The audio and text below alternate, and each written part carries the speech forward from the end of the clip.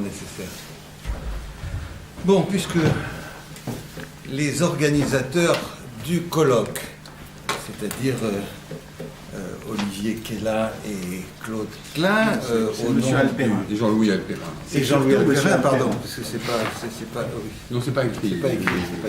Ouais, c'est pas écrit, j'ai beaucoup de mal. M'ont fait le grand honneur de me désigner pour être président de séance. Je vais accomplir immédiatement mon devoir, l'ouvrir et donner la parole à Olivier Kella. Merci beaucoup, Monsieur le Président. Donc, je voudrais vraiment très rapidement vous remercier beaucoup de vous être joint à notre rencontre.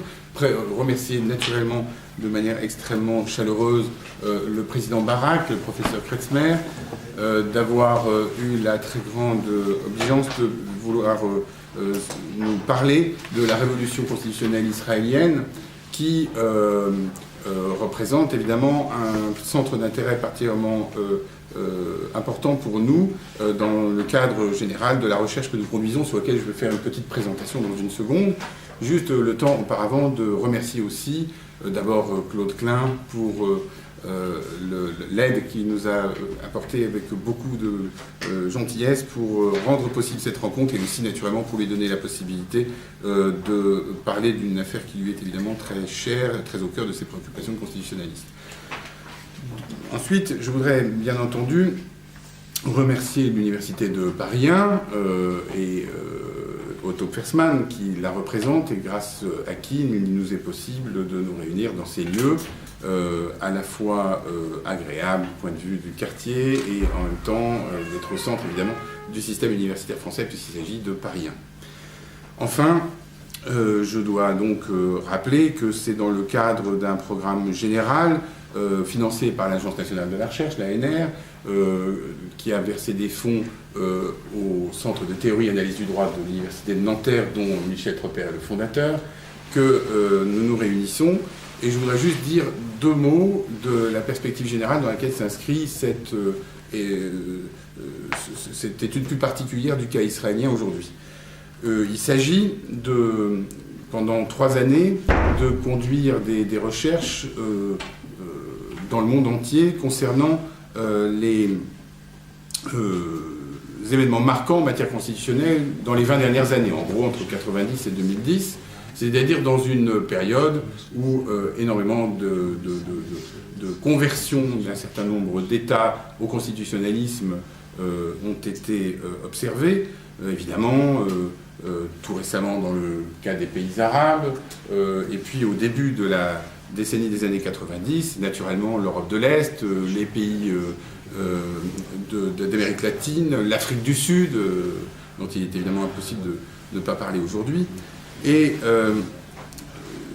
la question que nous nous posons dans le groupe que nous formons, une trentaine de constitutionnalistes, est de savoir s'il est possible de porter un regard sur tous ces événements qui permettent d'en rendre compte de manière cohérente, uniforme, ayant un sens par rapport au développement du constitutionnalisme depuis la fin du XVIIIe siècle jusqu'à la première moitié du XXe siècle, enfin jusqu'à la moitié du XXe siècle, jusqu'à l'après-Seconde Guerre mondiale et les constitutions démocratiques qui sont mises en place en Europe occidentale à la fin de la Seconde Guerre mondiale.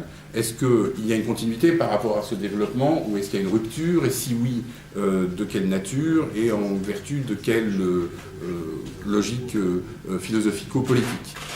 Donc c'est dans ce cadre que nous avons intitulé notre programme néo- ou rétro-constitutionnalisme, recherche sur les démocraties constitutionnelles dans l'ensemble du monde, à la charnière du XXe et XXIe siècle, l'idée étant de non seulement étudier les phénomènes, comme le nom le suggère, de phénomènes qui surgissent comme des événements nouveaux qui sont à ajouter aux phénomènes constitutionnalistes que nous connaissions jusqu'ici, mais également rétro dans la mesure où on se pose la question de savoir s'il est possible d'observer à la faveur des développements les plus récents du constitutionnalisme, un commentaire dans la doctrine, et chez les historiens du droit aussi, qui puisse apparaître comme une reconstruction rétrospective des périodes précédentes en vue de faire apparaître une forme de continuité sur un mode plus artificiel que véritablement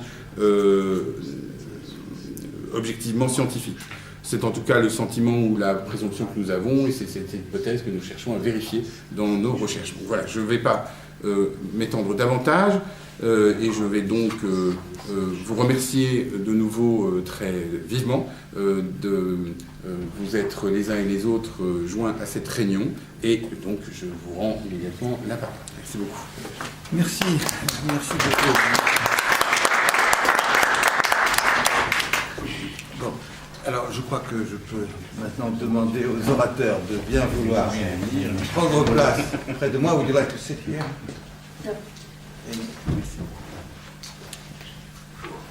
Et bon, je conçois mon rôle de président de façon très restrictive. Je ne vais pas faire de grands discours, ni même de petits discours. D'ailleurs, les deux orateurs de cette demi-journée n'ont pas besoin d'être présentés. Ceux de la deuxième demi-journée non plus, d'ailleurs. Donc, Claude Klein et Aaron Barak sont probablement les deux personnes au monde qui sont les plus capables de présenter cette révolution israélienne, cette révolution constitutionnelle israélienne, parce que, si j'ai bien compris, ils en sont, à des titres divers, les co-auteurs. Bon, dans le cas d'Aaron Barak, c'est évident parce qu'il était le principal rédacteur de la décision Banque Misrahi, qui a été cette révolution elle-même, et Claude parce que, étant à cheval sur la culture juridique française et la culture juridique israélienne, il a, si j'ai bien compris, importé en Israël les concepts de pouvoir constituant, la distinction pouvoir constituant, pouvoir constitué, qui est l'un qui ont servi précisément comme outil pour cette révolution conceptuelle. Donc c'est un grand plaisir de leur laisser la parole, et on commence par Claude Klein.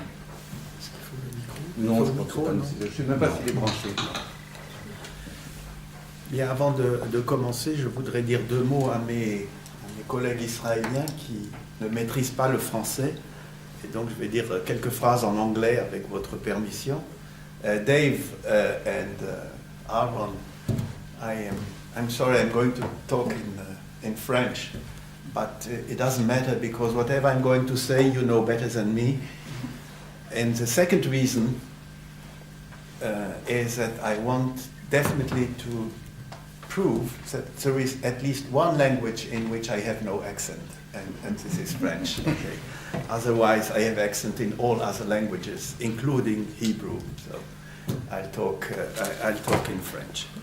Donc je vais, l'intitulé de ma présentation, c'est la découverte du droit israélien, et en fait je vais commencer peut-être de façon un peu personnelle en disant que ce n'est pas la découverte du droit israélien, c'est ma découverte du droit israélien, puisque je suis venu en Israël pour enseigner à la faculté de droit de Jérusalem en 1968, et on m'a dit, voilà, préparez-vous à enseigner le droit israélien, le droit constitutionnel israélien. Que fait un bon juriste lorsqu'on lui dit « vous allez enseigner le droit constitutionnel israélien ?» On dit « je demande la constitution ». On dit « ah monsieur, il n'y en a pas ». Alors évidemment, déjà, comment peut-on enseigner le droit constitutionnel sans constitution? On dit « mais regardez, les Anglais ont inventé le droit constitutionnel sans constitution ». Alors j'ai dit, bon, comment on fait? Eh bien, il y a un certain nombre de lois fondamentales, examinez-les, voyez un peu ce que vous pouvez en tirer. Et alors, j'ai peu à peu appris, et je parle de cela parce que c'est une période très courte de moins d'un an, parce qu'au bout de cette année, il s'est passé un événement assez extraordinaire sur lequel je vais en fait concentrer ma présentation. Tout commence au moment de la création de l'État. Normalement, un État se donne une constitution. Les États qui sont bien bien policées comme la France, non seulement s'en donne une, mais s'en donne beaucoup. Il y en a déjà eu 16 en France, je crois. Et donc, en Israël aussi, on a dit, on va faire une constitution. Et puis, pour des raisons politiques, essentiellement politiques, mais pas seulement, la première assemblée élue n'a pas fait ce qu'elle devait faire. C'est-à-dire, elle s'est séparée avant d'adopter une constitution en disant, on verra plus tard. Mais en même temps, elle disait, voilà, nous, la première assemblée, un peu comme la constituante en 1789, lorsqu'elle prend le nom de constituante, elle était constituante. Elle a dit, ben, les pouvoirs constituants que nous avons, nous les transmettons aux futures assemblées. Voilà, ça pose un grave problème, dans le détail duquel je ne veux pas entrer maintenant. Peut-on transmettre le pouvoir constituant ? C'est un débat très important, d'autant plus qu'on l'a connu en France à un moment un peu délicat, qui est avec la fameuse loi du 10 juillet 1940. Est-ce que la délégation du pouvoir constituant au maréchal était valide ou n'était pas valide? Bon, je n'entre pas dans ce détail. Et au cours des premières années, en fait, personne ne s'en occupait. Et on avait aussi décidé une autre chose, c'est que on allait adopter une constitution, peut-être, dans le futur, mais sous une forme un peu particulière. On allait découper la constitution en une série de lois fondamentales.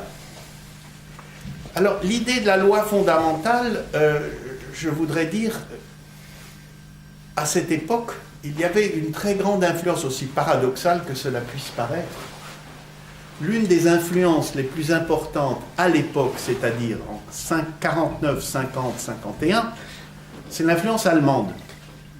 C'est un peu paradoxal pour Israël, mais la raison en est que la plupart des grands juristes de l'époque en Israël étaient d'origine allemande. Et qu'est-ce qu'ils ont découvert en 1949 lorsqu'ils ont étudié le droit allemand? Eh bien, ils ont découvert que l'Allemagne s'était dotée d'une loi fondamentale au lieu d'une constitution. En fait, c'est une constitution, mais on a quand même utilisé le nom de Grundgesetz, de loi fondamentale. Donc, on a gardé le même terme et on a dit on allait découper les différents chapitres de la future constitution en lois fondamentales séparées. Et ce n'est qu'en 1958 qu'on a commencé à adopter la première loi fondamentale sur le Parlement, la Knesset. Puis une autre sur le gouvernement, une autre sur le président de l'État. Et voilà qu'on se trouve quelques années après avec une bonne série de lois. Actuellement, il y en a 12.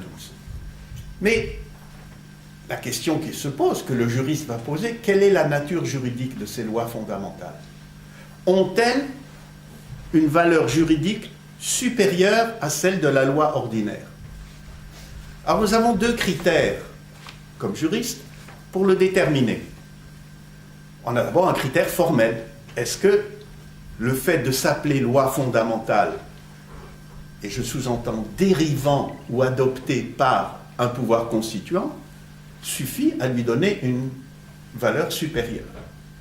Ça, c'est la première approche purement, je dirais presque formelle. Il suffit que ça s'appelle loi fondamentale, il suffirait pour que cela ait une valeur supérieure à celle de la loi ordinaire. Puis il y en a une deuxième, un critère, je dirais, matériel. Je sens derrière moi la critique de mon ami Michel Tropper, pour lequel ces choses-là sont un peu des contradictions en soi. Nous nous connaissons depuis trop longtemps pour cela. Le deuxième critère matériel, c'est de savoir si ces lois fondamentales ont une protection particulière. Est-ce que pour les modifier, il faut une majorité particulière? C'est le critère que l'on connaît bien. Or, en fait, il y avait très peu de lois, et même quelques articles seulement dans une des lois qui étaient protégés. Et notamment, dans l'article sur la loi fondamentale sur la Knesset, un article qui disait que, l'article 4, le fameux article 4 chez nous, la Knesset est élue au suffrage proportionnel, national, direct, égal, secret. Point. Donc, nous avons la proportionnelle nationale. Et pour modifier ce paragraphe, il faut la majorité absolue. Protection minimale, mais protection quand même. Et donc certains ont dit, ah ben si c'est comme ça, au moins cet article-là, il a une valeur supérieure. Les discussions commencent autour de cela, et entre 1958, année de l'adoption de cette loi, et 1969, des dizaines d'articles vont bon train avec des constructions juridiques tout à fait superbes, mais quelque chose qui avait l'air de tourner un peu dans le vide, puisque tout le monde disait, après tout, la Knesset fait ce qu'elle veut, et elle peut modifier comme elle. Et voilà qu'on arrive en 1900, au début de l'année 1969. Et on se prépare aux élections pour le mois d'octobre 1969, des élections qui devaient avoir lieu, et la Knesset décide d'adopter une loi sur le financement des partis politiques. Et cette loi stipule que les partis politiques obtiendront un financement en proportion de leur voix. C'est une chose que l'on connaît un peu partout. Voilà. Mais la question qui se posait, c'était est-ce que c'est en fonction des voix à la Knesset sortante ou à la Knesset rentrante? Un corrigé alors, pour qu'on soit bien sûr, les partis ont dit non, c'est la Knesset sortante. Et un nouveau parti qui obtiendrait des mandats, il n'aurait rien. Ça paraît un peu scandaleux, ça l'est. Et il s'est trouvé un citoyen, dont je vais parler maintenant, dont tout le monde a cherché à la loupe. Est-ce que ce citoyen-là, qui s'appelait M. Bergman, un citoyen qui est allé devant la cour pour plaider cela. Ça, c'était la révolution en soi. Et ce citoyen, on a vérifié, il n'appartenait à aucun parti. Il était un citoyen ordinaire, il était avocat. Et déjà, comment introduire une requête? Alors, la Cour suprême en Israël, c'est une Cour suprême du style common law, donc elle est également cour, comme la Cour de cassation, Cour d'appel en dernier ressort, mais c'est aussi comme le Conseil d'État, on y dépose les recours pour excès de pouvoir. Et donc, ce M. Bergman, comment construit-il sa requête? Eh bien, il demande une injonction demandant d'interdire au ministre des Finances de mettre à la disposition des partis les sommes prévues par la loi au motif que cette loi n'a pas été adoptée à la majorité absolue, ce qui est exact, et qu'elle constituerait une infraction au principe de légalité. Voilà, c'est très clair, c'est un peu subtil, parce qu'il fallait trouver le moyen d'attaquer. Alors, cette requête a été introduite au mois d'avril, et la Cour suprême, je crois, était un peu gênée, parce que, en apparence, vraiment, cette loi est scandaleuse, n'est-ce pas? Elle est scandaleuse, mais on a vécu en Israël sur un autre mythe, qui est celui de la souveraineté du Parlement. C'est-à-dire que le Parlement peut tout faire, et que donc, il n'est pas question pour le juge d'intervenir et de déclarer en non constitutionnel une disposition législative. Et voilà. Et maintenant, si vous me permettez, je vais réintroduire une note personnelle. J'étais en Israël depuis 10 mois, lorsqu'un matin, je vois, le 3 juillet 1969, la Cour, ce matin, va rendre sa décision dans l'affaire Bergman. Donc, je me précipite à la Cour pour entendre la lecture de cet arrêt, et je voudrais vous raconter cette scène parce que c'est et l'arrêt parce que c'est un arrêt assez extraordinaire. Et par ailleurs, on sait bien en France, comme Tocqueville l'a montré dans l'Ancien Régime et la Révolution, que quand il y a révolution, en réalité, il y a un certain nombre d'événements pré-révolutionnaires, et voilà, par exemple la centralisation, Tocqueville le dit, était déjà faite avant la Révolution. Eh bien, ce qu'on appelle la révolution constitutionnelle était en germe dans cette décision que je vais vous présenter.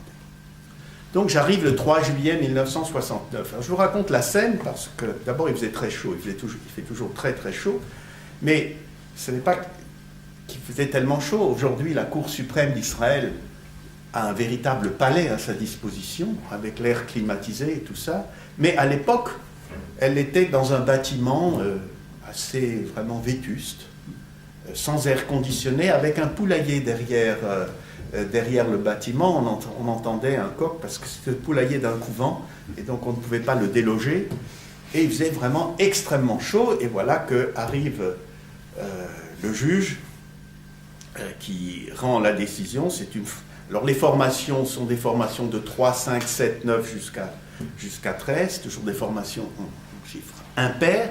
Et la Cour avait choisi une formation de 5 juges.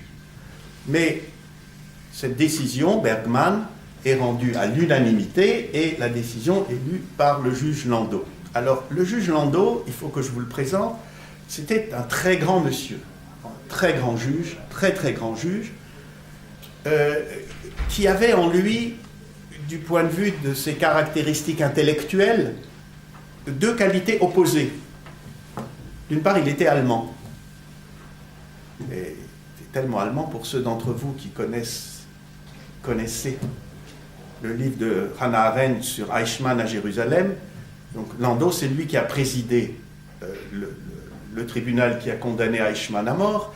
Et comme vous le savez, Hannah Arendt a beaucoup critiqué ce procès, mais elle dit « Ah non, mais Landau, c'était un homme extraordinaire parce que c'était un juif allemand, donc c'était vraiment quelqu'un de très très bien. » Effectivement, il était allemand, il avait cette rigueur allemande, mais en même temps, parmi tous les juges allemands d'origine allemande, si je puis dire, parce que beaucoup des juges de la première génération étaient d'origine allemande, il était le seul à avoir fait ses études en Angleterre.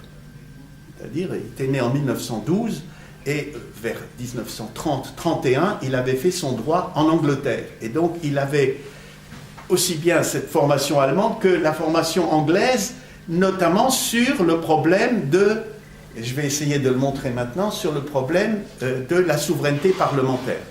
Parliament can bind itself, et le Parlement ne peut pas se lier, donc même si le Parlement a indiqué qu'il y a une majorité spéciale, le Parlement n'a pas à en tenir compte. Alors je vous raconte la scène parce que, d'abord c'est un jugement de 7 pages. Alors je ne sais pas ce que l'idée d'entendre parler d'un jugement de 7 pages vous fait, mais c'est très court en Israël, c'est très très court. Aaron Barak va vous parler tout à l'heure de l'arrêt Bank HaMizrahi, la révolution. Mesdames et messieurs, 500 pages. Un arrêt de 500 pages. Alors, oui, parce qu'il y avait 9 juges, et que chaque juge a tenu à écrire une opinion. Il était extrêmement difficile d'ailleurs de savoir quel est le vrai jugement. Si on extrait la ratio, n'est-ce pas, c'est pour extraire ce qui est extrêmement difficile. Alors, 7 pages, c'est remarquable.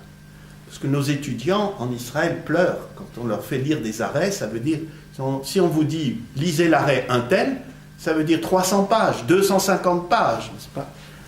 Je vous signale d'ailleurs que les pages en hébreu, c'est 1/3 de plus que dans les langues européennes, parce qu'il n'y a pas de voyelles. Donc quand on dit 300 pages, en réalité, c'est beaucoup plus. Donc il présente un jugement de 7 pages, et qui commence par une série de déclarations tout à fait extraordinaires. Il dit, eh bien voilà, M. Bergman demande donc une injonction, mais en réalité, il faudrait d'abord savoir si nous sommes compétents. Est-ce que les tribunaux, la Cour suprême en Israël, est compétente? C'est un vrai problème, n'est-ce pas? Deuxièmement, qu'en est-il de l'intérêt pour agir de M. Bergman? Et troisièmement, les lois ou l'article 4 est-il vraiment supérieur à la loi ordinaire? Voilà 3 questions, qu'on appelle les questions préalables, si je puis dire, et tout juriste, normalement constitué, comprend bien qu'on ne peut pas normalement juger sur le fond d'une question aussi importante si on n'a pas au départ résolu la question de savoir si véritablement la Cour est compétente, s'il y a un intérêt pour agir, et si la loi est supérieure, si la loi constitutionnelle, ou la loi fondamentale, pardon, est supérieure à la loi ordinaire. Ah, dit le juge, ça c'est des grandes questions, on n'a pas envie d'en discuter. On a d'autant moins envie d'en discuter que le représentant du ministère de la Justice, c'est l'Attorney General. L'Attorney General, c'était M. Shamgar, qui est devenu après président de la Cour suprême aussi, un très grand juriste. Nous lui avons demandé, est-ce que vous êtes prêt, vous qui parlez, qui défendez la loi, à présenter des conclusions sur ces 3 questions? Alors, M. Shamgar a répondu, oui, je suis prêt, mais je pense que ce n'est pas nécessaire. Pourquoi? Parce que vous devez rejeter la requête sur le fond, et comme ces questions sont extrêmement difficiles et ont une implication politique, ce n'est pas la peine de trancher sur ces questions préjudicielles, puisque de toute façon, vous allez rejeter la question au fond. Alors dit M. Landau dans son arrêt, s'il en est ainsi, c'est à nous de décider si nous voulons ou non entrer dans ce débat. Eh bien, nous avons décidé de ne pas y entrer. J'étais là, j'ai écouté. Alors, mon hébreu était encore assez pauvre à l'époque, ça faisait que 10 mois que j'étais là, et je me suis dit, s'il dit cela, ça veut dire qu'il va rejeter la requête. Puisqu'il dit, c'est pas la peine. Et on peut comprendre cela. Alors, dans le droit que nous appelons en Israël le droit continental, même ça, ce n'est pas logique. Même dans une décision de rejet, il faut quand même d'abord savoir si on est compétent pour discuter, mais on peut, à la rigueur, admettre une situation dans laquelle, puisqu'on dit, de toute façon, nous n'allons pas discuter du fond, alors ce n'est pas la peine de nous lancer dans un débat qui peut créer de véritables problèmes politiques, c'est vrai, dans le pays. Donc, j'étais là, et puis toute la salle était là, et se disait, voilà, passez-moi l'expression, c'est foutu pour M. Bergman. Et alors là, à ce moment-là, il y a comme un petit silence. Nous avons décidé d'accepter cette requête. Alors, je veux dire, j'étais dans la salle, c'est une petite salle, il faisait chaud, comme ça, puisque c'était un peu comme si quelque chose de révolutionnaire venait d'être déclaré, qui était en fait contraire à tous les principes du raisonnement juridique, puisque, comme je viens de l'expliquer, ça n'a pas de sens. Ça n'a déjà pas de sens s'il y avait un rejet, mais si en plus vous acceptez, comment pouvez-vous dire « Ah ben non, surtout », alors il ajoute « D'accord, nous acceptons la requête, mais ne voyez pas », il prévient, « ne voyez pas dans cette décision un précédent qui nous lierait pour l'avenir quant à la question de savoir si cette Cour suprême a décidé qu'elle serait compétente désormais. » Voilà, et donc la requête a été acceptée, dans des conditions d'ailleurs, on sent très bien que le juge Landau se débat, a des débats internes, puisqu'il dit « Je vais vous dire maintenant à la Knesset, je m'adresse à la Knesset, que pouvez-vous faire, vous, Knesset, devant cette décision révolutionnaire ?» Eh bien, il dit « Vous avez 2 possibilités. » Je veux dire que c'est absolument scandaleux. La première possibilité, c'est de modifier la loi et de supprimer les raisons de l'inégalité. Je vous passe sur les raisons de l'inégalité. Bon, ça, c'est la voie royale, évidemment. Mais vous pouvez aussi adopter la même loi à la majorité requise, et alors tout est bien. Ça, c'est quelque chose de très spécial, parce qu'il ne s'agit pas de hausser la loi au niveau de loi fondamentale. C'est une loi ordinaire qui serait valable parce qu'elle aurait été adoptée à la majorité absolue. C'est ce que, je crois même Kelsen parle à un moment de la théorie de la dérogation, n'est-ce pas? C'est une dérogation, c'est-à-dire la dérogation, c'est que la loi initiale reste valable, mais il y a une dérogation qui est acceptée. Alors, en réalité, c'est comme si la Cour suprême avait indiqué à la Knesset comment contourner la loi. Ce d'ailleurs que la Knesset n'a pas fait, puisqu'elle a modifié, en réalité, elle a dit oui, à partir de maintenant, les nouveaux partis auront également un financement, donc elle a corrigé en quelque sorte. Et on sent bien le juge Landau qui a une grande difficulté parce que il y a cette question donc de la compétence. Peut-être ne savait-il pas, puisqu'il s'inspirait parfois du droit allemand, que depuis 1925, en Allemagne, de Weimar, il y avait ce droit de Prüfungsrecht, c'est-à-dire le droit d'examiner la constitutionnalité d'une loi mais bon, c'est un arrêt de 1925 qui, comme la période entre 25 et 33 est vraiment trop courte pour que, mais il y a eu 2 ou 3 cas d'examen. Et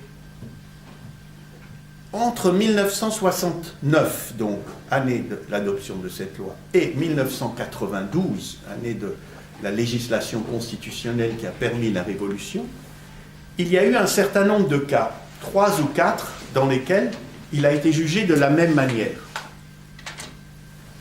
C'est-à-dire que des lois ont été annulées, sans que jamais la Cour ne se déclare compétente ou non compétente, ou ne discute de sa compétence. Je vous rappelle, justement, il faut rappeler que les arrêts israéliens sont très très longs, et donc quand il y a une discussion sur la question de compétence, genre de cas sur lesquels on peut discuter 20 ou 30 pages, où les juges discutent très longuement. Alors, ils ne se sont jamais prononcés, mais ils ont fait tout comme si. Alors, la question de savoir, sont-ils compétents ou non? On dit, ben, c'est une compétence, oui, qui est reconnue maintenant, même si jamais la Cour n'a dit qu'elle était compétente, puisqu'elle fait tout comme si elle l'était.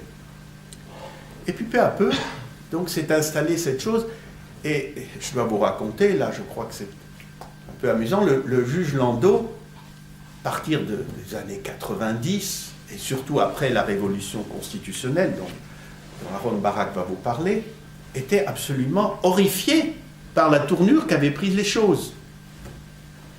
Puisque, après, la Cour s'est vraiment déclarée compétente, etc. Alors, je suppose qu'il y a dans cette salle des gens qui connaissent un monument, l'un des plus connus de France, qui est le château du Haut-Königsbourg. Michel me regarde, qu'est-ce que le Haut-Königsbourg vient faire là-dedans? Alors, le Haut-Königsbourg, c'est un château en Alsace, un château très connu, et qui appartenait personnellement à l'empereur Guillaume II. Et j'ai grandi à l'ombre de ce château, mais ce n'est pas pour ça que je vous en parle. Et l'empereur Guillaume II est venu pour la dernière fois en 1916 dans ce château, et il a fait graver dans dans un mur, en fait, dans un morceau de bois, cette phrase « Ich habe es nicht gewollt ». Et il parlait de la guerre, ce qui veut dire « je ne l'ai pas voulu, je n'ai pas voulu cela ». Et la légende, c'est que « Ich habe es nicht gewollt », je n'ai pas voulu ce massacre de la guerre de 1914. Et le juge Landau était là à dire « Ich habe es nicht gewollt », ce n'est pas ce que je voulais. Lorsque j'ai fait la décision Bergman, ce n'est pas ce que je voulais. Alors, pour compléter, mais alors vraiment d'un ton un peu humoristique, cette comparaison avec Ich habe es nicht gewollt au château du Haut-Königsbourg, je vous rappelle que c'est là qu'a été tournée La Grande Illusion. Donc, le film La Grande Illusion, donc c'est un peu la grande illusion, si je puis dire, du juge Landau de n'avoir pas saisi que, en rendant cette décision historique, en réalité, il se lançait dans un mouvement pré-révolutionnaire, comme un mouvement jurisprudentiel qui se développerait en quelque sorte par lui-même. Alors,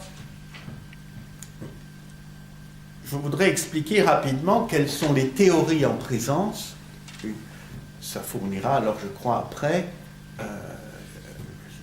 l'introduction à la présentation par Aaron Barak, qui apparaît alors vraiment comme un révolutionnaire, le révolutionnaire Barak, qui a vraiment réalisé en quelque sorte le dernier mouvement. Donc les théories en présence, c'était soit il n'y a aucune supériorité, donc certains disaient parce que le droit anglais prévaut, mais ça non, parce qu'il y a une disposition législative en 1948 qui a été adoptée, qui le droit anglais continue de prévaloir pour autant qu'il n'ait pas été annulé, mais la disposition sur la souveraineté parlementaire n'a jamais été partie intégrante du droit israélien, tout simplement parce qu'il n'y avait pas de parlement. Donc cette disposition-là ne peut pas être... Mais il y a des gens qui avançaient cette argumentation. Alors, la deuxième, c'est de dire, ah oui, il y a un pouvoir constituant, mais où est-il? Où est-il? Alors, le pouvoir constituant, évidemment, je sais bien que ce sont des théories un peu fumeuse, il faut bien le dire, bien que j'ai construit une partie de ma carrière autour de cette notion, mais je vois bien qu'il y a dans cette notion même de pouvoir constituant quelque chose qui nous échappe. Alors, j'ai parlé, au moment où j'écrivais là-dessus, j'ai parlé de ce qu'on appelle la magie du pouvoir constituant. Qu'est-ce que c'est que la magie ou l'alchimie, en quelque sorte? C'est de transformer une matière A en une matière B. Vous avez une matière A qui est le fait, c'est-à-dire le fait à l'état brut, et le fait à l'état brut devient une norme, ou devient un pouvoir, se traduit par un pouvoir qui peut émettre des normes. Ça, c'est de l'alchimie. Comment passe-t-on, comment est cette phrase allemande, faktische, Normative Kraft des die normative Kraft des Faktischen, la force qui est de Jelinek, je crois, n'est-ce pas? Die normative Kraft des Faktischen, c'est-à-dire la force normative du fait.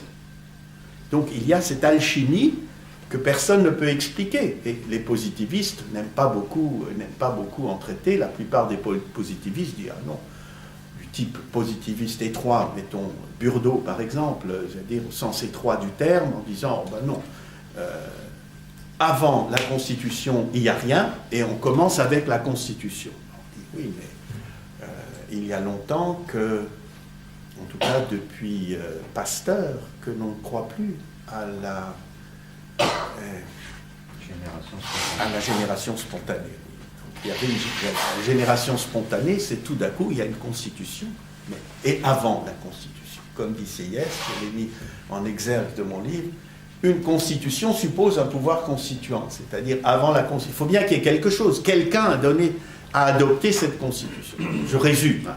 Les débats sont vastes, beaucoup plus vastes que cela, ils ont le mérite d'alimenter les librairies, les articles, et de fournir des sujets de recherche aux professeurs de droit, dont je fais partie. Donc j'ai adopté cette thèse selon laquelle, oui, il y a un pouvoir constituant, d'abord, et alors maintenant, il y a le problème de la transmission du pouvoir constituant, car on va se construire là-dessus.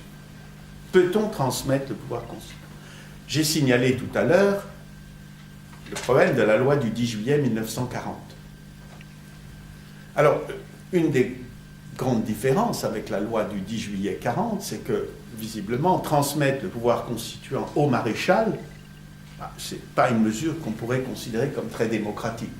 Alors que dans le cas qui nous occupe ici, la transmission, c'est le Parlement lui-même, la constituante elle-même, qui dit « les pouvoirs que nous exerçons seront exercés également par les assemblées à venir ».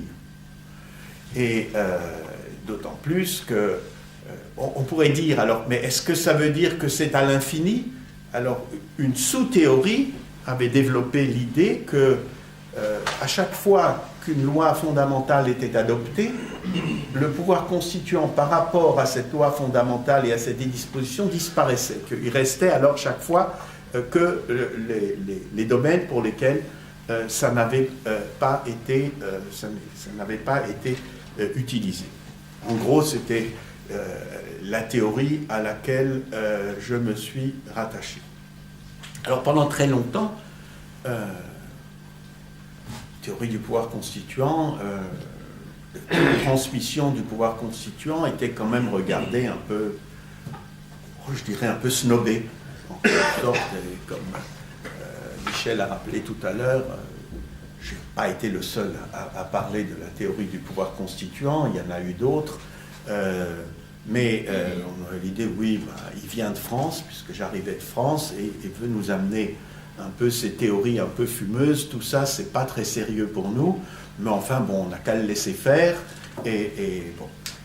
Alors, j'avais en plus, j'enseignais cela, à l'époque, il n'y avait pratiquement que à Jérusalem qu'on enseignait, donc le seul professeur qui enseignait pendant quelques années, enseignait la théorie du pouvoir constituant, me dit que j'arriverais bien à avoir la majorité des juristes pour moi, mais bon, on a créé d'autres facultés, donc du coup, non, j'étais plus le seul, jusqu'au moment donc, où l'affaire est venue véritablement devant la Cour, à partir du moment où il y a eu un élément encore plus important, dont je ne veux pas parler, puisque c'est Aaron Barak qui va en parler, c'est l'adoption d'une nouvelle série de lois constitutionnelles en 1992, dont je dirais juste quelques mots. Parce que la révolution constitutionnelle dont nous parlons, en fait, elle s'étale sur 3 ans, 92 à 95. En 92, il y a une idée assez curieuse qui a été adoptée. Comme je vous l'avais dit, puisqu'on n'arrivait pas à faire une constitution, on a dit on va faire des lois fondamentales. Alors on a fait des lois fondamentales, on en avait déjà une dizaine, mais il manquait des lois fondamentales, ou une loi fondamentale sur les droits. On n'arrivait pas à le faire. Alors, un de nos collègues, M. Rubinstein, pas seulement lui, a eu l'idée, c'est de découper les droits également en lois fondamentales séparées. C'est-à-dire, par exemple, faire une loi fondamentale sur la propriété, faire une loi fondamentale sur la dignité, ce qu'on a appelé la méthode du salami. C'est-à-dire, la méthode du salami, c'est que vous prenez un grand morceau, vous le découpez peu à peu, et donc c'est ainsi que la Knesset, en 1992, a adopté 2 lois fondamentales, l'une sur la propriété, l'autre sur la dignité humaine, la liberté et la dignité et la liberté. Il faut dire que cette adoption s'est faite dans des conditions très bizarres, extrêmement bizarres. Nous avons en Israël un système de multipartisme même un peu sauvage, qui éclate à certains moments. Alors, normalement, il y a une discipline de coalition, mais en 1992, le gouvernement avait démissionné, le gouvernement de M. Shamir avait démissionné, et donc on attendait les prochaines élections, mais il n'y avait plus de discipline parlementaire. Alors chacun pouvait présenter des lois, et puis bon, ça passe ou ça passe pas, et finalement ces 2 lois ont passé, je dirais presque un peu de façon anarchique, puisqu'elles n'étaient pas prévues dans un plan fait par le gouvernement, et notamment le ministre de la Justice de l'époque, un des juristes qui est un ami de nous tous, M. Méridor, et le professeur Rubinstein, ont réussi donc à faire passer ces 2 lois, mais en quelque sorte, je dirais même pas, les gens ne s'en sont même pas rendus compte. Ce qui est extraordinaire, voyez-vous, c'est qu'il arrive qu'il y ait des mouvements, des instants révolutionnaires, sans que l'on s'en rende compte. On ne s'en rend compte qu'après. Et parfois, c'est pour des raisons tout à fait annexes. Je vais vous en citer un autre, puisque la vraie révolution s'est faite avec cet arrêt dont nous allons parler, Banca Mizrahi, la Banca Mizrahi, du 7 novembre 1995.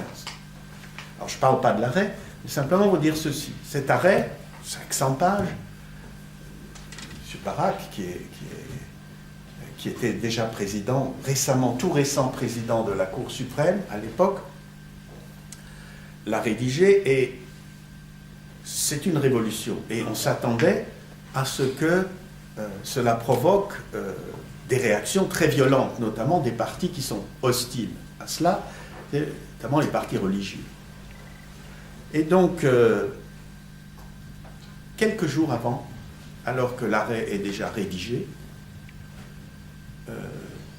2 ou 3 juristes ont reçu cet arrêt, ce qu'on appelle sous embargo. Embargo, c'est-à-dire on vous le donne, vous n'avez pas le droit d'en parler. Vous le lisez, et le 7 novembre au soir, vous allez venir à la Cour suprême, il y aura des centaines de journalistes, parce que la presse suit ces affaires, et vous répondrez aux questions. Donc, vous aurez lu l'arrêt, parce que 500 pages, personne ne peut le lire comme ça. On vous le donne 3 jours avant, vous signez que vous n'en parlez pas. Voilà. Et nous étions, j'en fus, nous étions 2 ou 3. Eh bien, le 4 novembre 1995, M. Rabin a été assassiné.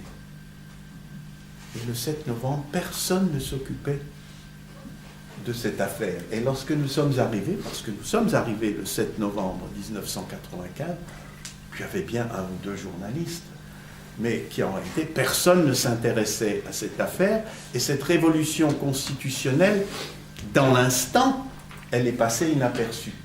Ce n'est que quelques mois après, lorsqu'on a commencé à se remettre, et pas seulement qu'on a commencé à se remettre, lorsque il y a eu la révolution, mais la Cour maintenant, elle statue, elle annule des lois. Elle annule des lois constamment, enfin, pas des... Depuis 1995, je ne sais pas si on a annulé plus de 10 lois, mais on en a annulé quand même quelques-unes. J'ajoute d'ailleurs que l'arrêt de 1995 est un arrêt de rejet. C'est un arrêt de rejet, c'est-à-dire c'est quand même, on fait passer le principe, mais c'est quand même un arrêt de rejet. Et donc on a mis quelque temps à se comprendre que cet arrêt, avait recelé des potentialités tout à fait extraordinaires. Et peut-être, je vous en donne peut-être un exemple, un des exemples peut-être les plus amusants de déclaration d'inconstitutionnalité. Et je terminerai là-dessus. Comme dans beaucoup de pays, nous avons une surpopulation carcérale, vraiment très très forte. Et donc le gouvernement n'arrive plus à construire, ou ne veut plus construire assez de prisons pour contenir pour les prisonniers. Et donc on a mis sur le pied un programme de privatisation des prisons, comme cela existe dans un certain nombre de pays qui ont essayé ce principe. Et je dois dire que c'est assez amusant, je vais raconter l'histoire. C'est un groupe de jeunes assistants dans une école de droit que je dirigeais à l'époque, est venu me dire « Nous voulons attaquer cette loi ». Et donc ils sont venus me demander de donner mon accord, puisque c'était au nom de l'école de droit. Donc j'ai donné mon accord, et la requête a été introduite. La requête a quand même traîné 5 ou 6 ans, je crois, et au bout de 5 ou 6 ans, eh bien, la loi a été annulée. Alors qu'on construisait déjà des prisons sur la base de cette loi qu'il a fallu racheter, etc. Mais donc c'est un exemple tout à fait frappant, si j'ose dire. Il s'agit non pas seulement d'une discussion théorique, mais il s'agit de quelque chose d'extrêmement pratique. Alors, encore une fois, et je terminerai là-dessus, il y a en Israël beaucoup de conflits autour de la Cour suprême. Où l'idée principale, c'est que c'est une Cour suprême extrêmement hyperactiviste, c'est-à-dire interventionniste. Mais il faut bien comprendre que l'interventionnisme ou l'activisme de la Cour se développe dans 2 domaines assez différents. L'un, c'est celui dont je viens de parler, et qui est en fait le moins important, puisqu'il y a assez peu de cas. Mais le deuxième, c'est en matière de contrôle administratif. C'est là la Cour intervient de façon extrêmement vive dans des matières qui sont considérées comme politiques, militaires, religieuses. Et la critique qui est faite par un certain nombre de milieux contre la Cour porte autant et peut-être même plus sur l'activisme de la Cour en matière administrative qu'en matière de contrôle de la constitutionnalité des lois. On a quand même inventé un système. Comme vous le savez, il y a des pays qui ont une constitution mais pas de contrôle de constitutionnalité, et un pays qui a un contrôle de constitutionnalité mais qui n'a pas de constitution. C'est quand même une invention assez intéressante. Voilà, je crois que je peux terminer là-dessus et que vous avez maintenant la base pour bien comprendre ce que Aaron Barak va nous expliquer. Je vous remercie.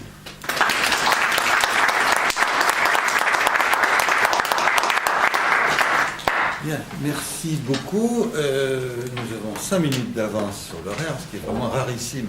Ouais, je peux parler. Mais, donc ça nous laisse à peu près 20 minutes pour la discussion. Donc qui demande la parole? On va gagner le Pour lancer, là, simplement. Oui. Comment sont nommés les juges à la Cour suprême? Techniquement, ils sont nommés par une commission.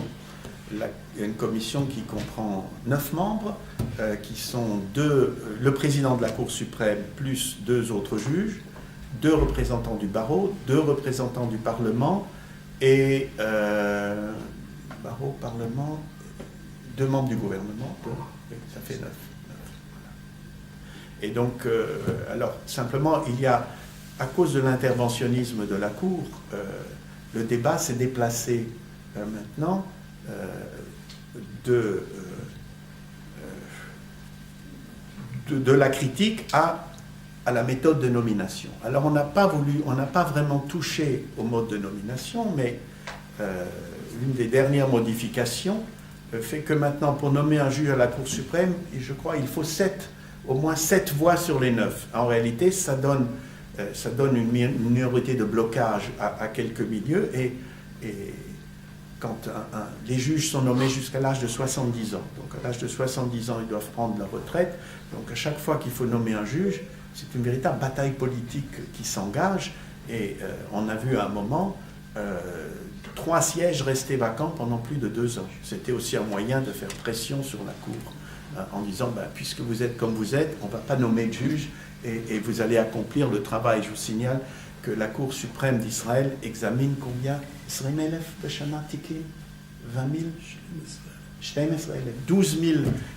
000 dossiers par an. Oui. J'avais juste une question. J'avais vu, je crois, 2 projets de loi. Un qui allait justement réduire les pouvoirs de la Cour suprême, je crois qu'il voulait être passé par la droite, et un autre qui est censé être le fait de la parité dans les recours de la Cour suprême. La parité, je ne vois pas ce que vous voulez dire. Un pourcentage de femmes dans les différents. C'est de la semaine Bon. Écoutez, alors, premièrement, oui, dans les critiques de la droite, effectivement, il y a des projets qui visent à réduire les pouvoirs de la Cour. Je suis à peu près certain qu'ils n'y arriveront pas. Mais en réalité, ce qu'ils font, c'est de présenter régulièrement ces projets comme pour faire peur à la Cour, en disant faites attention. Et de fait, on peut dire de façon un peu je dirais globale, que l'activisme de la Cour a un peu diminué au cours des dernières années, notamment depuis 2 ans avec le nouveau président de la Cour. Donc l'activisme a un peu diminué. Donc la loi probablement ne passera pas. Alors en ce qui concerne la parité, là je ne vois pas très bien parce que on a mis très longtemps, ça a duré très longtemps avant qu'une femme soit nommée à la Cour suprême. Il n'y a plus de problème de parité. Il me semble même qu'il y a eu une période où il y avait plus de femmes que d'hommes, pendant très courte. Je ne connais pas exactement Oui. le système, mais il n'y a pas de cours inférieurs au sein de... Des cours inférieurs, oui, bien sûr. Il y a 3 degrés, mais il y a des femmes partout. Alors là, il n'y a aucun problème. J'ai vu, en tout cas, Oui, mais non, là, je ne vois pas. Il y a même, je dirais, un phénomène qui caractérise beaucoup de pays, qui est la féminisation de la profession judiciaire. Alors, je crois, si vous voulez, il y a... Peut-être faites-vous allusion à autre chose, et je vais en parler. C'est que la société israélienne est extrêmement hétérogène. C'est beaucoup plus... Toutes les sociétés sont hétérogènes, n'est-ce pas? Mais beaucoup plus que la France, par exemple. Alors, nous avons... Donc, il y a en Israël un certain nombre de milieux très typés. Alors, par exemple, la population arabe. La population arabe, qui fait quand même 20% de la population du pays, qui pense que, oui, elle est sous-représentée. Il y a un juge arabe à la Cour suprême, un juge arabe, qui va d'ailleurs bientôt prendre sa retraite, et puis il y a des juges arabes dans les cours inférieures, mais certainement pas 20%. Et puis, alors, il y a un deuxième secteur, il y a la population juive israélienne se divise entre autres, entre Ashkénazes et Séfarades. C'est-à-dire Ashkénazes, c'est les juifs originaires d'Europe, officiellement c'est États-Unis, Europe, et Séfarades, c'est-à-dire le bassin méditerranéen, en gros, n'est-ce pas? Et avec des caractéristiques culturelles un peu spéciales, chacune typée, si je puis dire, et effectivement la population séfarade semble moins représentée. Et donc il y a un mouvement qui dit qu'il faudrait qu'il y en ait davantage. Alors, nous avons aussi le secteur ultra-orthodoxe, dont on parle beaucoup, mais ceux-là, de toute façon, refusent d'être à la cour. Aaron Barak avait fait un effort désespéré pour nommer un rabbin qui était juriste également à la cour, et les milieux religieux, lui, était prêt à le faire, mais les milieux religieux ont dit non, vous ne pouvez pas y entrer. Alors, la question, c'est, une des réponses qui est faite par les défenseurs de la cour, c'est que la cour, ce n'est pas le Parlement. Les juges ne sont pas des représentants, en quelque sorte. Et donc, alors les juges ne sont nommés que sur la valeur personnelle, etc. Mais il y a quand même le sentiment, en tout cas dans la campagne qui est menée contre la cour, il y a le sentiment que la majorité des juges appartiennent au même milieu. On avait même essayé, au même milieu intellectuel, on avait même essayé de monter une espèce un slogan qui faisait allusion à un certain quartier de Jérusalem en disant que, qui s'appelle Rechavia, ou en disant tous les juges habitent Rechavia, c'est-à-dire à 100 mètres l'un de l'autre, ce qui est absolument faux. Ils n'habitaient pas du tout à Rechavia, mais c'était Rechavia qui était... Pourquoi Rechavia? Parce que ce quartier Rechavia a été fondé dans les années 20 et 30, au moment de l'arrivée des Juifs allemands, et la plupart des intellectuels juifs allemands, il y en avait beaucoup, habitaient ce quartier. Donc c'était une manière de dire, c'est un quartier d'Ashkénaz qui produit, et les attaques sur la cour consistent à dire que la cour se reproduit. La reproduction des élites, c'est un phénomène bien connu, et avec le pouvoir qu'auraient les juges, 3 juges sur 9, c'est déjà beaucoup, c'est vrai, la cour s'auto-reproduit en quelque sorte. Donc, quand on parle de recherche de parité ou de meilleure représentation, c'est plutôt à cela qu'on fait allusion. Pour la féminisation de la cour, je crois que le problème a été résolu. Je vais rechercher l'article exactement. Oui, certainement.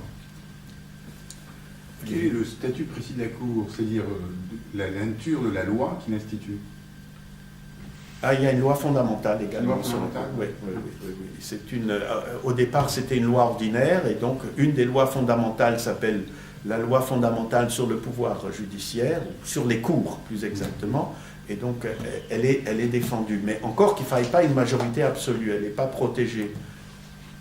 Mais il y a quand même, je veux dire, même dans les moments les pires, il y a eu des moments très durs, beaucoup plus durs encore qu'aujourd'hui, des attaques contre la Cour. On a l'impression que la majorité hostile à la Cour va faire passer des lois. Eh bien, il y a une résistance. Il y a une résistance qui vient de beaucoup de milieux qui pourrait un jour disparaître et qui protège en quelque sorte la Cour. Est-ce qu'il peut y avoir une colorisation de la Cour, colorisation politique de la Cour, dans une composition? Peut-être une période où on va rendre des décisions plutôt classées à gauche, entre guillemets, et Alors, selon les milieux auxquels vous posez la question, on vous répondra que oui. Moi, je vous répondrai que non, mais je vais essayer de le montrer. Alors, d'abord, d'une part, si vous adressez au milieu de droite, ils vous diront, c'est une cour, c'est des ultra-gauchistes, ils rendent des décisions épouvantables, et parfois ce sont des décisions, je vais vous en donner une, politique, alors vraiment, qu'a rendu notre ami, c'est le mur. Vous connaissez l'histoire de ce fameux mur, n'est-ce pas, entre la Cisjordanie et Israël. Donc, ce mur qui est censé protéger Israël des incursions. L'affaire a été plaidée, non pas plaidée, mais il y a eu un avis de la Cour internationale de justice, mais au miracle, la semaine même où la Cour internationale de justice rendait son avis, en disant que le mur était complètement contraire au droit international, la Cour, présidée par Barak à l'époque, rendait un arrêt sur la légalité du mur. Un arrêt vraiment extrêmement précis et très bien construit, qui disait ceci, c'est que le mur remplit une fonction de sécurité, donc on peut admettre la construction du mur, mais on discute de son tracé. Et pourquoi discute-t-on de son tracé? Parce que la construction du mur qui en partie empiète sur la Cisjordanie, c'est-à-dire comme si on grignotait quelques kilomètres du côté de la Cisjordanie. Et vous savez que grignoter quelques kilomètres du côté de la Cisjordanie, c'est assez grave, parce que cette Cisjordanie dont vous entendez parler, elle a en tout 6000 km², c'est-à-dire c'est minuscule, c'est en gros un département français. Donc si vous grignotez 3 km sur 100 km de longueur, ben, vous grignotez vraiment pas mal sur cette malheureuse petite Cisjordanie. Donc, alors, Barak décide que oui, on peut empiéter, mais lorsque vous empiétez, vous créez de graves difficultés aux habitants palestiniens. Très graves difficultés. Certains ne peuvent plus accéder à leurs champs, d'autres ne peuvent plus se rendre d'un endroit à l'autre. Et donc, dit-il, nous allons appliquer la théorie de la proportionnalité. C'est-à-dire que je vais appliquer là la théorie, dit Barak, n'est-ce pas, la majorité, la théorie de la proportionnalité, disant est-ce que les dommages ou la gêne causée est proportionnelle au gain, au bénéfice obtenu pour la sécurité de l'État d'Israël. C'est très politique, ça. Et c'est tellement politique que ça n'est pas théorique, puisque sur plusieurs kilomètres, plusieurs dizaines de kilomètres, la Cour a annulé le tracé en disant oui, vous pouvez construire, mais là, à tel village, vous ne pouvez pas. Ici, vous pouvez. Ça s'appelle, si ce n'est pas de l'activisme judiciaire, c'est-à-dire d'entrer vraiment dans la tête de celui qui construit le mur et de dire à tel endroit ça va, mais à tel endroit non, et donc il faut rectifier la position. Donc ça, c'est une position, je dirais en quelque sorte, de critique sur le gauchisme, entre guillemets, de la Cour. Maintenant, il y a d'autres positions, et je dirais, je le résumerai un peu de la manière suivante. La Cour a également fait quelque chose d'assez extraordinaire, je dois le dire, unique au monde. Et cela, bien avant que Aaron Barak soit à la Cour, depuis la guerre de 1967, c'est-à-dire l'occupation de la Cisjordanie. Lorsque cette occupation de la Cisjordanie a commencé, on a vu, chose extraordinaire, on ne pouvait pas s'y attendre, que des Palestiniens de la zone occupée introduisent des recours devant la Cour suprême. Alors, un petit esprit pourrait penser que si vous introduisez un recours dans la Cour suprême, c'est que vous reconnaissez la légalité, etc. Bon. Mais non, pas du tout, ils ne reconnaissaient pas l'annexion. De toute façon, la Cisjordanie n'a jamais été annexée, sauf Jérusalem, une petite partie. Donc, s'était posé d'ailleurs un problème intéressant qui est celui de la compétence. Est-ce que la Cour suprême d'Israël est compétente? Alors là, elle a pris la même solution qu'avec l'affaire Bergman. Elle n'a jamais dit qu'elle était compétente. Mais elle a fait tout comme si elle l'était. Donc aujourd'hui, constamment, des requêtes sont introduites. Et alors, bon, si je faisais de la propagande israélienne, j'essaie de vous convaincre que je n'en fais pas, mais si j'en faisais, je dirais, ah c'est magnifique, la Cour suprême contrôle la légalité des actes militaires en zone occupée. Oui, mais répondent les critiques, c'est pas du tout comme ça, puisque dans 99% des cas, ces requêtes sont rejetées. Donc ça, c'est, si vous voulez, le côté droitier, alors en quelque sorte, où les Palestiniens disent oui, c'est très bien, on peut aller devant la Cour. Parfois, aller devant la Cour, ça a un avantage. Ça permet de gagner quelques jours. Et parfois, c'est intéressant, puisque ce qui est projeté, une destruction de maison, par exemple, des choses de ce type, on peut gagner quelques jours. Et parfois, on peut gagner quelque chose. Mais c'est très rare qu'une décision soit véritablement annulée. Alors, vous voyez, ça va un peu dans les deux sens. Merci, monsieur. Est-ce que vous réalisez un article qui s'appelle Rationality and the Future of Justification de Cohen Elia et Ido Porat? Oui. Et ce sont deux étudiants à moi. Voilà. Et leur article est très très bon. Et leur thèse centrale, la thèse qu'ils affrontent, est de dire que en fait, la Cour suprême israélienne participe d'une culture de la justification.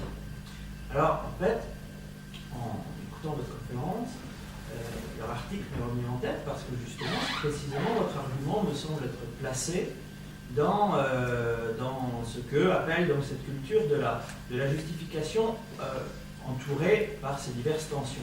Est-ce que vous pensez en fait que, après votre expérience, vos analyses, que la Cour suprême israélienne s'occuperait davantage, comme donc le soutiennent ses étudiants, de justifier l'action du gouvernement plutôt que de l'encadrer?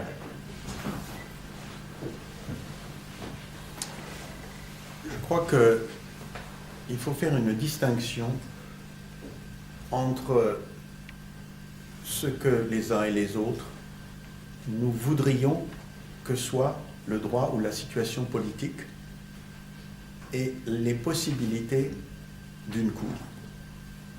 Il est possible que nous souhaitions, par exemple, que telle chose ne soit pas faite par le gouvernement, qu'il n'y ait pas d'expulsion, de détention administrative, etc., etc.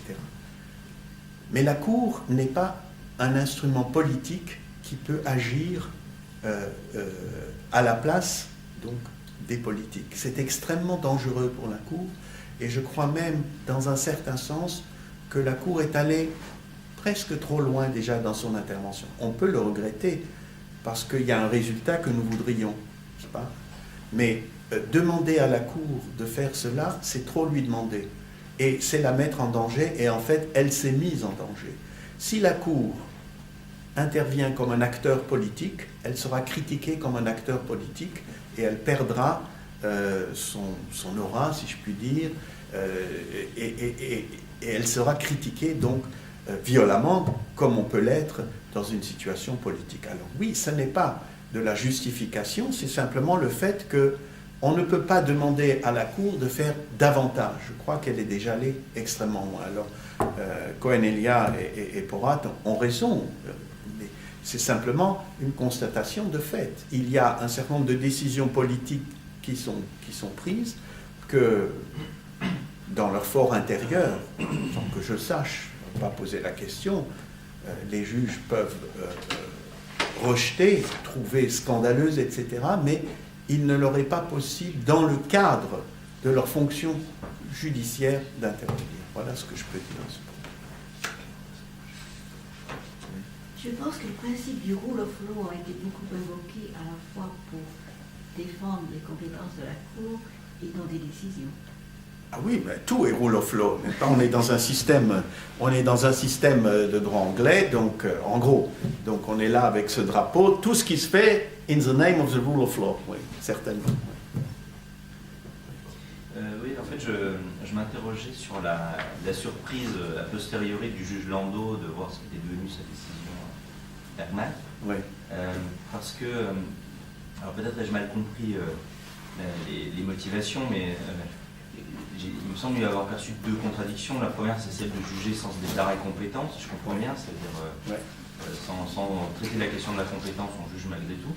Et la deuxième, c'est de vouloir qu'il n'y ait pas de précédent qui soit créé suite à cette décision, alors qu'il donne la solution à la Cour, au Parlement, pardon, d'éventuellement adopter la même loi avec la majorité absolue. Ce qui me semble être contradictoire, puisque on peut dire cette loi-là, elle est inique, et puis on ne justifie pas pourquoi on la déclare illégale ou irrégulière, disons, pour ne pas utiliser le mot d'inconstitutionnalité, puisqu'on ne veut pas qu'il y ait d'inconstitutionnalité, si je comprends bien. Et en même temps, on dit, mais si vous l'adoptez à la majorité absolue, ça marchera. Or là, dire ça, c'est créer une règle générale, qui est que quand on adopte une loi contraire à une autre, il faut le faire à la même majorité. Donc il me semble qu'il y avait potentiellement la création d'une règle générale susceptible d'être appliquée dans d'autres cas. Non, mais si vous voulez dire qu'il y a dans l'arrêt Bergman des contradictions, il y en a. L'arrêt est une contradiction en soi. Et je crois effectivement que Landau n'a absolument pas saisi la portée de ce qu'il faisait. C'est vrai que je ne voudrais pas critiquer Landau parce que j'avais pour lui une très grande admiration. C'était vraiment un personnage extraordinaire. Un grand juriste, un grand juge, c'était pas un théoricien du droit. D'ailleurs, il avait été formé en Angleterre.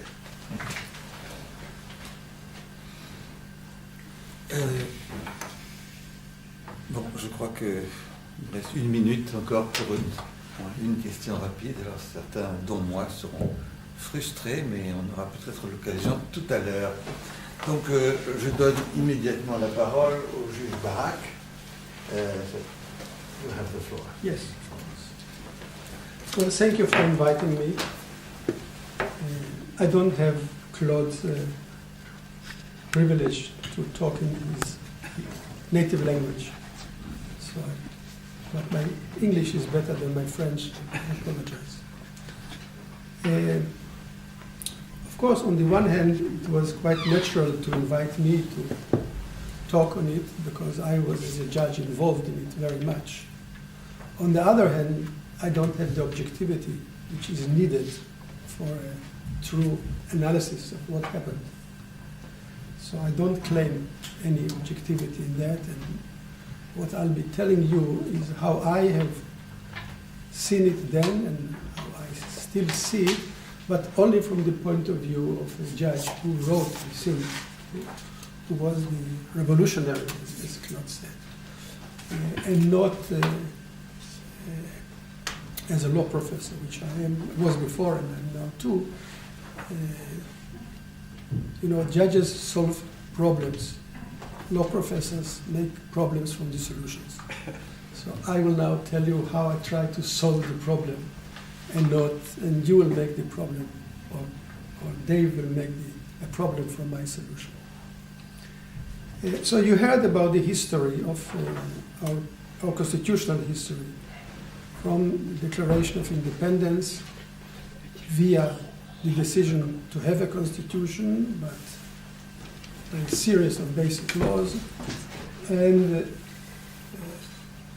by now I think we have 11 or 12 basic laws, and one of the basic laws was the basic law Dignity and Liberty, which caused this, what we call the constitutional revolution. Let me make only one mentioning of a previous case, which was after the Bergman case, but before the Bank HaMizrahi case. This was a case in the mid-90s, in which I was faced with the following question. It was a case that has to do with also with election, with the basic law legislation and the question of finance of elections, same thing like the Bergman case. But it turns out that at some point, Article 4 of this law didn't solve the problem. And the argument that was raised before me was that this statute, which discriminates between different parties, is unconstitutional because it is a discriminatory law. And any law that is violating equality as a value of Israeli society, disconnected from what was written in the Basic Law Parliament, every statute that violates equality is unconstitutional because it violates a basic value of the Israeli legal system. And I was faced with this argument, and I wrote a substantial part of my judgment dealing with this question, which was totally an obiter because I solved the problem in another way altogether. But in this judgment, I said that I myself, I'm quite sympathetic to a theory that the legislation of Parliament is subject to those basic values like dignity. We didn't have the basic law dignity then. Dignity, liberty, equality. And that I don't think that if a judge will declare a statute unconstitutional because of those values, the judge will be operating unconstitutionally. I don't think it will be violating democracy, because democracy is not just majority rule, but also the rule of values. And it will not be against separation of powers, because it's the function and the job of the court to say what the Constitution says, what the law says. Under the judgment, those values are part of our legal system. However, and some other reasons, however, I said it depends very much on the legal culture of a legal system. And or if you want, the rule of recognition of a legal system. And our culture and our rule of recognition does not recognize at that time, and I mark this first, at that time, did not recognize at that time the power of the court to knock out statutes if those statutes are in violation of basic values which are not constitutional by a basic law. I said that Israeli society, that the legal culture of Israeli society has moved to the idea of creating values not by common law judges declaring their constitutionality, but by the parliament acting as a constituent assembly. I mentioned this idea. A parliament acting as a constituent assembly, creating our new constitution. And therefore, I dismiss the argument. So here there was the probability, there was the possibility, there was the chance to do something about it. But I refused to do it because I said that it doesn't fit our legal culture. We have taken another route, which of course means that if this route will be, for one reason or another, a dead end, which is probably the situation now, then one can come back to those basic ideas. But this was not my decision then. I mention it because Justice Landau, that Claude talked about it so much, he was the one who was of the opinion that whatever was done in the Bank HaMizrahi, and I'll talk about it, was a coup d'etat by the judiciary. And it's really, I think it's a terribly wrong attitude. If we, the judges, wanted to do a coup d'etat, we could do it in the early 90s. There was an opportunity. We haven't done it. We said no. Our legal culture, the route that Israeli society, via Declaration of Independence, via all the decisions, via the 11 basic laws, we have taken another route, and we judges will go this route. And then in 1992, this basic law, dignity and liberty, was enacted. And immediately on its enactment, I think it was Claude was the first who published an article in one of our newspapers saying this is a constitutional revolution. So I'm not the author of this expression, constitutional revolution. I followed him and others, also Dave wrote an article, it's a mini constitutional revolution. Now, when we wrote in the Bank HaMizrahi that I wrote that it was a constitutional revolution, what did I mean by that? First of all, I think I used the expression revolution as a metaphor. I did not go into a theory of revolution. And I didn't go into a theory of constitutional revolution.